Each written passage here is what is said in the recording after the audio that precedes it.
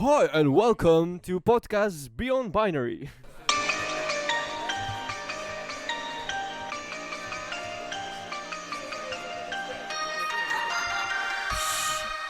Hi, welcome to the first episode of our new podcast called Beyond Binary. I am Daniel, your host, and I'm here in studio in Latvia with my team from Project Love Actually. This is a podcast about gender roles, stereotypes, and double standards. Today we're going to be focusing on the basics of the topic and the definitions. We invited experts from this field to discuss the results from our online poll. There are NGOs from two amazing organizations, Intymyta and Konsent. Enjoy! So the first question in our online poll was, what do the gender roles, stereotypes and double standards mean to you? We summoned up the answers from our online poll to this question, and in conclusion, people believe that the gender roles are something that society create to divide us to two sides based on our sex assigned at birth with different and unrealistic expectations. It is limiting people's choices, causing stress and affecting their mental health in a bad way. Everyone should just have the same rights and possibilities. So, Kaya, what is your professional opinion on this topic? What do gender roles and stereotypes and double standards mean? And what is the definition? Gender stereotypes and stereotypes in general are some sort of simplified expectations that we have from a group of people that has something in common, like gender in this particular case. I wouldn't say necessarily that gender stereotypes and roles were created with an evil purpose or on purpose, because to some extent it's natural that we divide people and try to have some expectations of them to make sense of the world, because otherwise the world is very chaotic and we don't know what to expect and what to predict. So it's okay that we simplify things around us. It's just important to be cautious and aware and try to notice what stereotypes we have and whether they're helpful to us or whether they make us prejudiced against others. Okay, thank you. And what about double standards? So what does it mean? Double standards are related to stereotypes because they're related to some expectations we have from people, but the word describes having different expectations from two different groups, for example, men and women.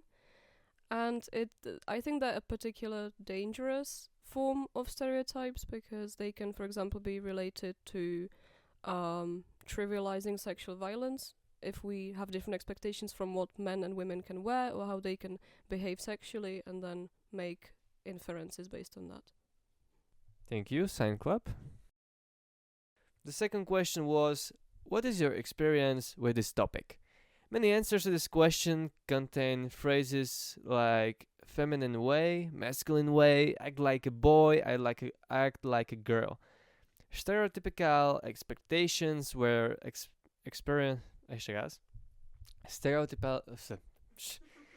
stereotypical expectations were experienced by almost everyone.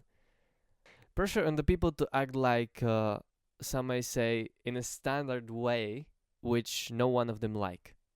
Okay, so Vera, do you may have a personal tip from your experience? Well, fuck it. Can you elaborate? I can. But I mean, in my own personal experience, I wouldn't really give it too much thought because, each person has a different expectation, and you can't really satisfy all of them. And what would you even? So just find your voice, what suits you, and go with it. You'll feel good, and that's what it's about. I mean, no compromises. Fuck them. Okay, thank you, Sign Club. The majority of the participants believe that schools and workplaces should implement programs and policies address and combat gender stereotypes and double standards. So, Marcy, do you agree or do you disagree with this statement? The statement that it should be implemented? Yeah. Well, absolutely. Okay. Sign club. So how would this implementation of programs and policies should look like? Well, in my experience, it helps to open a discussion and just ask people why they think that certain stereotypes apply, and usually they realize that they don't really know.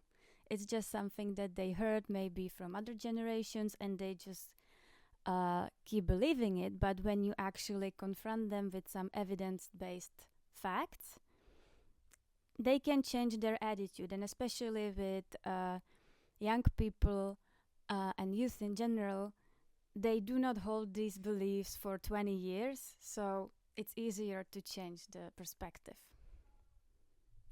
Okay, thank you, Marcy. Let's go to the next question. The next question was, what is your experience with this topic? The answer to this question wasn't as one-sided as the previous one because the people believe it only to some extent.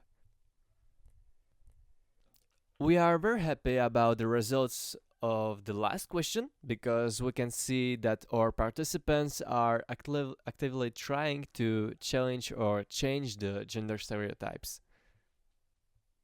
Marcy, what steps do you take to challenge or change the gender stereotypes? I educate young people about it. I think it's really important we start there because they are exploring their identity, and this part of it is really important.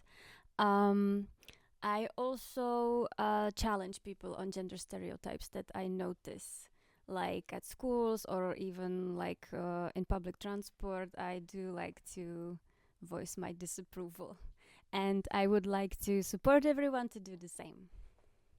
Sign Club. Thank you all for listening our podcast.